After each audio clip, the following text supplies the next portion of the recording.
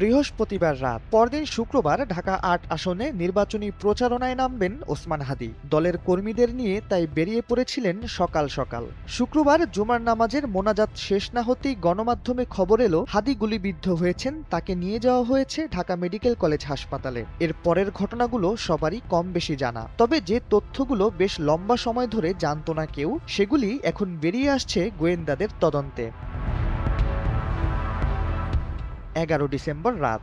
সাভারের মধুমতি মডেল টাউনের green zone resort, এখানেই ইনকিলাব মঞ্চের মুখপাত্র শরীফ ওসমান হাদিকে হত্যার পরিকল্পনা করা হয় বলে জানিয়েছেন গোয়েন্দারা। আর পুরো পরিকল্পনাটি সাজাতে হামলাকারীদের সময় লেগেছিল ৩.৫ ঘন্টা। এই পুরো সময়টা তারা ছিলেন রিসোর্টের ভেতর। তবে গোয়েন্দারা এরপর যে তথ্য দিয়েছেন তা আরও লোমহর্ষক।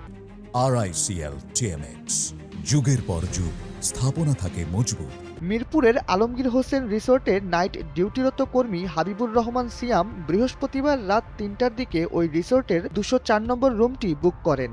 এরপর ১ ঘন্টা পর হাবিবুর রহমানের পরিচয় দিয়েই রুমে প্রবেশ করেন দুইজন নারী। এর ঠিক আরও ১ ঘন্টা পর রাত ৫টার দিকে আরও একজনকে সঙ্গে নিয়ে রুমে ঢোকেন হাবিবুর রহমান। দুজন নারী, হাবিবুর রহমান ও অজ্ঞাতনামা একজন, এই মোট ৪ জন সকাল ৮টার দিকে রিসোর্ট থেকে বেরিয়ে যান। গোয়েন্দারা বলছেন এই ৪ জনের একজন হলেন হাদির হত্যা চেষ্টায় জড়িত কিলিং মিশনের প্রধান শুটার ফয়সাল করিম মাসুদ ওরফে দাউদ খান। আর নারীদের মধ্যে একজন হলেন দাউদের বান্ধবী মারিয়া এবং অপরজন আলমগীর হোসেন। আর বেরিয়ে যাওয়ার আগে তারা ৩ ঘন্টার একটি বৈঠক করেন। এই বৈঠকেই হাদিকে হত্যার পরিকল্পনা করা হয় বলে তাদের বিরুদ্ধে অভিযোগ রয়েছে। মোবাইলের রেকর্ডকৃত তাদের অডিও পরিকল্পনা এখন গোয়েন্দাদের হাতে রয়েছে।